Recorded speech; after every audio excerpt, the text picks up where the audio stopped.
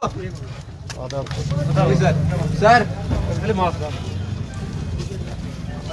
Mask कहाँ है? हम जल्दी में निकले अंदर से। मेरा कार्ड टूटा सर। हमारे पास पत्थर, हमने गाड़ी रोकनी है, ये जब रोकते हैं तब नहीं इधर। सर यहाँ पे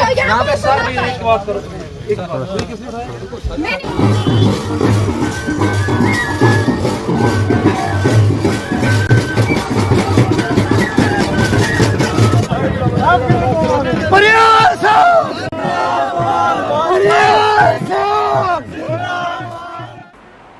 आप सभी ने इस फुटेज को देखा। बहुत सारे लोग ऐसे होंगे जिनको ये समझ आ चुका होगा और बहुत सारे लोग ऐसे भी होंगे जिन्हें ये समझ नहीं आया होगा कि आखिर ये फुटेज में क्या दिखाना चाहते हैं। तो मैं आप सभी को बता दूं कि ये जो पहली फुटेज है, इस पहली फुटेज में आपने देखा कि डीएसपी जसवंत सिंह एक लड़के को बता रहे हैं कि आपका मास्क कहाँ है। मैं आप सभी को बता दूं कि 2 दिन पहले एक वारदात होती है। एक घर के ऊपर एक टिप्पर गिर के बचता है और टिप्पर गिरने की वजह से जो घर का है बहुत नुकसान होता है, जिसके कारण जो फैमिली अंदर बैठी हुई थी उन्हें कोई चोट तो नहीं आई, लेकिन आप सभी को पता ही होगा कि जब कोई भी हादसा होता है तो उसके अंदर जो फैमिली होती है वो कितनी सहम जाती है। आखिर एक फैमिली अपनी ज़िंदगी की पूरी पूंजी लगा देती है एक घर को बनाने में, और उसके बाद अगर एक हादसे में उनका घर जो है ढह जाता है या घर टूट जाता है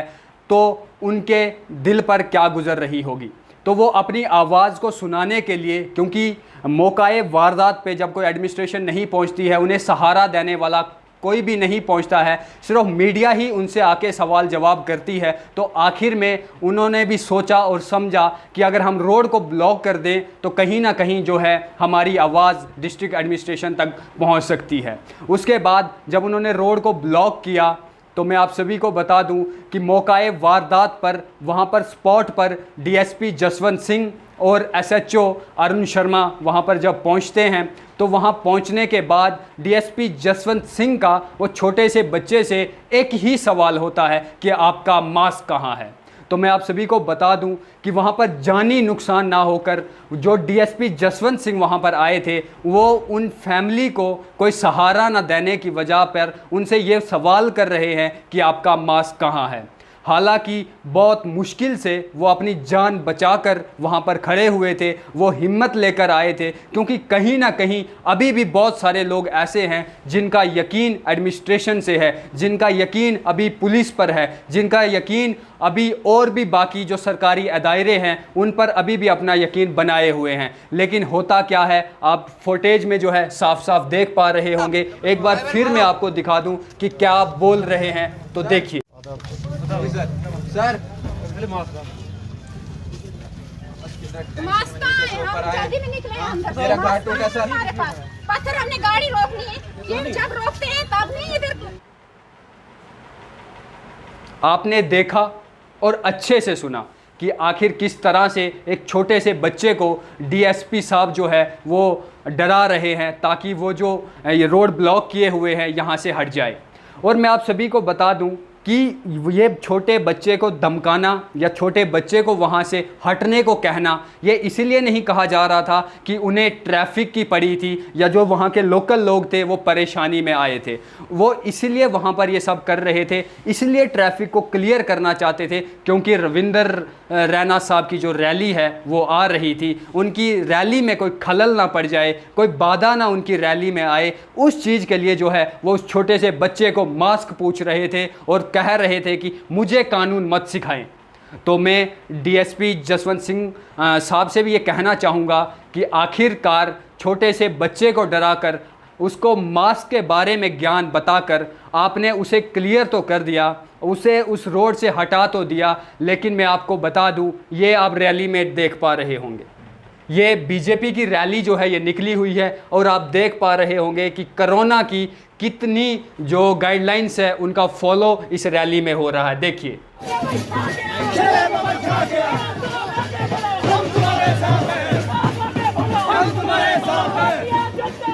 जिंदाबाद।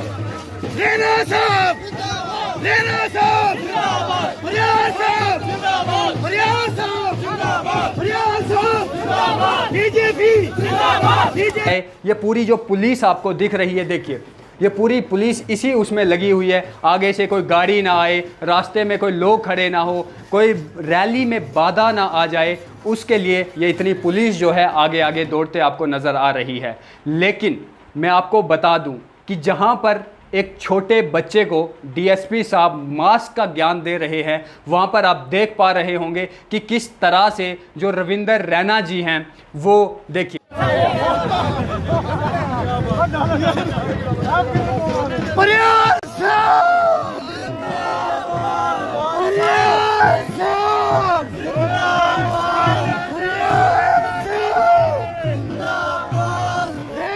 तो आप इस फुटेज में क्लियरली देख पा रहे होंगे कि किस तरह से रविंदर रैना जी अपने हाथों से बदरवा फॉर्मर एमएलए दलीप परियार का जो अपने हाथों से मास्क उतार रहे हैं। ठीक है, आपने देखा।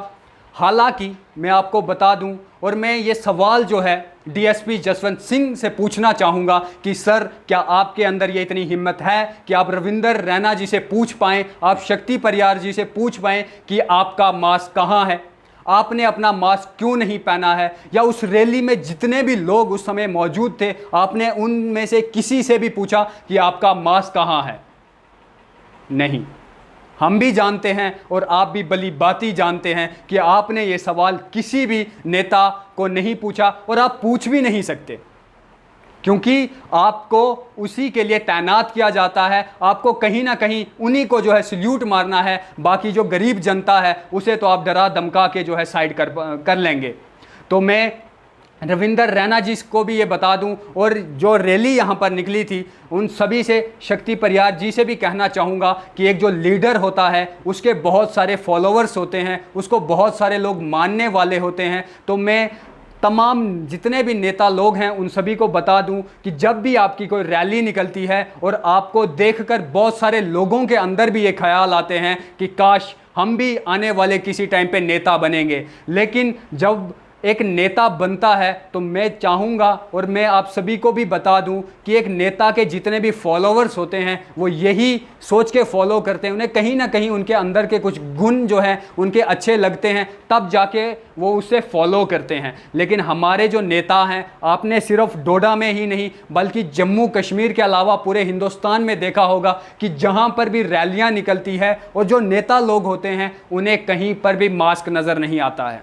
वो कहीं पर भी मास्क पहने नहीं होते हैं। चाहे फिर आप रविंदर रैना की बात करें, आप शक्ति परियार की बात करें, आप दलीप परियार की बात करें, या आपको मैं हिंदुस्तान की बात करूं तो आप पीएम मोदी की बात करें, या उसके अलावा जितने भी नेता हैं सब की बात करें, वो अपना मास्क पहने हुए नज़र नहीं आते हैं। सिर्फ टीवियों में जो है वो भाषण देने आ जाते हैं और उसमें बताते हैं कि सारे लोग, जितनी भी जनता है पूरे हिंदुस्तान की, उन्हें जो मास्क लगाना मैंडेटरी है। और वो मास्क लगाना किन लोगों को मैंडेटरी है वो मैं आपको बता दूं तो वो गरीब जनता को लगाना मैंडेटरी है, जो अपनी दिहाड़ी लगाती है, जो पूरे दिन में 500 रुपया कमाते हैं। उनका आपने देखा भी होगा और सुना भी होगा कि बस स्टैंड पे फाइन कर दिया जाता है, 200 रुपया 500 रुपया उनका ले लिया जाता है, और वो शाम को जो है अपने घर जाते हैं और अपने घर का चूल्हा नहीं जला पाते हैं। क्या किसी भी एडमिनिस्ट्रेशन के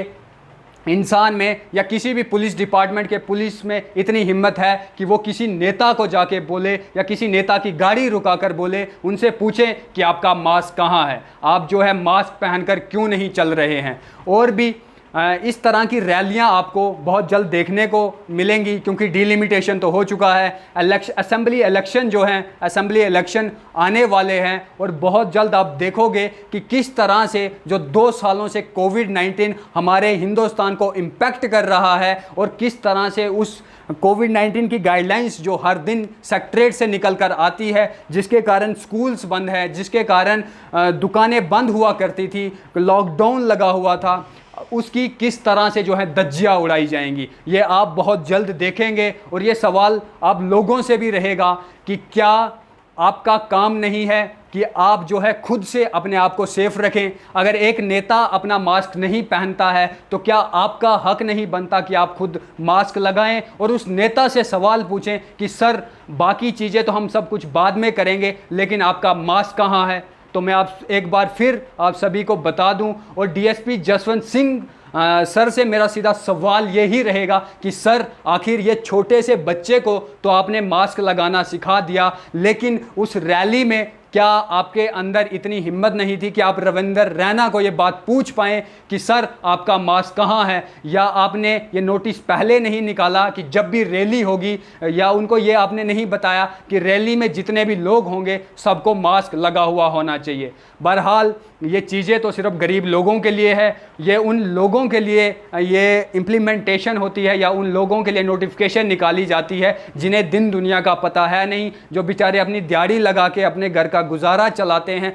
जो गरीब लोग हैं। बाकी आप चाहे PRIs को देख लें या इसके अलावा सरपंचेस को देख लें या और भी जितने लोग पावर में लोग बैठे हुए हैं, उनको आपको कहीं ना कहीं मास्क देखने को नहीं मिलेगा। चाहे मैं डिस्ट्रिक्ट डोडा के बस स्टैंड पर पुलिस वालों की बात करूं, आपको उन पे भी मास्क देखने को नहीं मिलेगा। चाहे उसी के अलावा पपी लैंड पर जो ट्रैफिक पुलिस वहां पर खड़ी होती है, आप उनकी बात करें, उन्हें भी कोई मास्क लगा हुआ नहीं होता है। और लोग तो बेचारे क्या करेंगे, लोग 2 सालों से इस चीज़ को झेलते आए हुए हैं और वो आगे भी झेलते रहेंगे, क्योंकि गरीब जनता है, उनकी सुनने वाला तो कोई है नहीं, तो वो अपनी सुनाएं भी तो किसे सुनाएं। तो आप यूं ही बने रहें द लोकल रिपोर्ट के साथ। मुझे दीजिए इजाज़त और नमस्कार।